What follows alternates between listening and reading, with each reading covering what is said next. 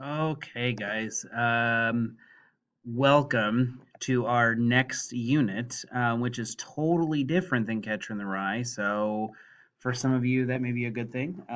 Others of you that enjoyed Holden a little bit more, be a little bit more disappointed. But perhaps we'll come back to him at a later date. But right now, we are moving on to the concept of rhetoric. And rhetoric can sound kind of complicated, but it's actually really simple. And we're going to go over in a little bit more detail here. But while we're going over this, I want you to um, think about your ability to be persuaded, and think about your ability to do the persuading. I think a lot of times, me for example, I'm very impressionable and I can be very easily persuaded to think a certain way, to buy something. If the salesperson, talks nicely to me, I'm pretty easily convinced. And so rhetoric has a huge impact on the choices that I make. Um, and so I want you to imagine yourself in this situation. Imagine, are you easily persuaded? Or are you someone that can resist the sway of rhetoric? Okay. Here's a couple quotes about rhetoric right here. That Plato said that rhetoric is the art of enchanting the soul, the art of winning the soul by discourse. Aristotle says that rhetoric is the faculty of discovering, in any particular case, all the available means of persuasion. And Francis Bacon says it's the duty and office of rhetoric is to apply reason to imagination for the better moving of the will. What does that all mean? I'm gonna paraphrase all that for you. Rhetoric is simply this. Rhetoric is the ability to use language effectively in both speaking and writing. So it does not just apply to one or the other. Good people who are especially skilled in rhetoric can do it in writing and speaking. So that is what rhetoric is. It is Greek for teacher or orator. And when we talk about rhetoric, it's broken down into three rhetorical appeals. So there are three types of rhetorical appeals. Those are the logos, the pathos, and the ethos. Now, logos, pathos, and ethos all apply to a certain part of our consciousness, a certain part of our brain. They tap into something, they each tap into something a little bit different that may persuade us to want to do something or think something or perhaps buy something. So, we're going to break these down a little bit more and look at what logos, pathos, and ethos all accomplish. So, logos is the appeal to logic and reasoning. All right. Why does it make logical sense for you to do this, for you to buy this, for you to believe this? What is logic saying to you? So, I want you to imagine for a second that you are coming home from school and you are really, really, really in a mood for pizza, and you want to convince your mom or dad or whoever it is at home that takes care of you that you really want pizza. You might have to do a little persuading. So, if you're talking about logic and reasoning, think about something you could say that is logical and reasonable that might make or that might convince your caretaker to want to get pizza for dinner. So something you might think a logical statement might be something like, "Well, you won't have to cook.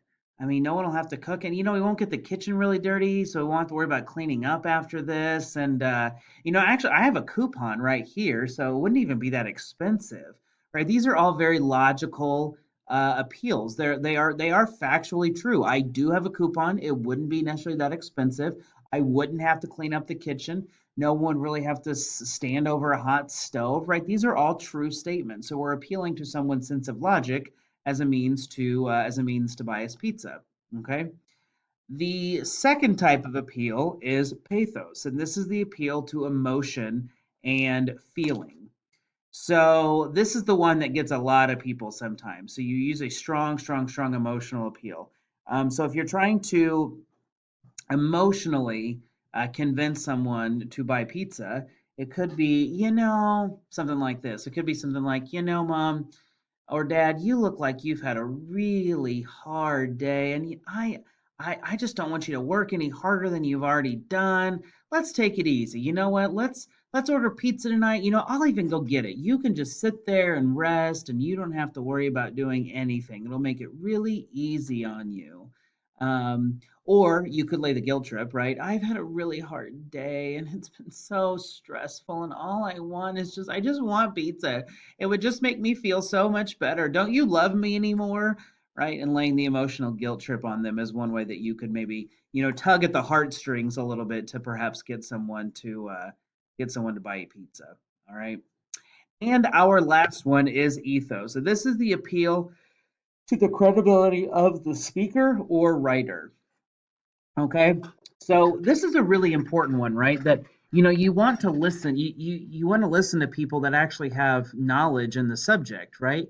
I don't have a math degree, so I don't have a degree in math. So for me to go into an algebra or calculus or trigonometry class or whatever, I would have no credibility in there because I don't have a degree in math. I do have a degree in English education, so I do have some credibility when it comes to teaching reading and writing. I'm certified to do that. When it comes to the topic of buying pizza, um, uh, certain ways that you could appeal, make your case for credibility. You could be like, you know what, I've been to this pizza place and it's really really good. I think you'd really like it. Actually, I was looking on Yelp the other day and it got like 5 stars. I mean, I've been to lots of pizza places in town, but I think this one's the best. I mean, you are making yourself sound like the expert. And so when you're trying to use an ethos appeal, you want to make yourself sound like the expert. That is your goal. Okay. So here is what you are going to do. You're going to look at 4 infomercials, one for a juicer, one for the Snuggie, one for Slap Chop, and one for proactive skincare. And you're going to look at 2 political ads, one for Hillary Clinton and one for Donald Trump. Okay. And for each commercial that you watch, I want you to write down at least one example of 2 of the 3 rhetorical appeals. All right. So for each infomercial, you'll have 2 examples, one for ethos and one for pathos, one for pathos and one for logos, one for logos and one for ethos. It doesn't really matter. There'll be one blank for each commercial. But as long as you have 2 of the 3 rhetorical appeals addressed for each commercial, you should be fine. The sheet that I want you to do this on can be found on the assignment page labeled infomercials. There's a document there linked together. Go ahead and download that. You will work on that document, then upload that to the Dropbox whenever you are done. And the infomercials are listed in order on the Schoology page. So you'll see, oh, excuse me, guys, I guess yawn. You'll see all the commercials. You'll see all the infomercials and the 2 political ads listed there in order on the Schoology page. So just click on them and they should start playing right from the page. Okay.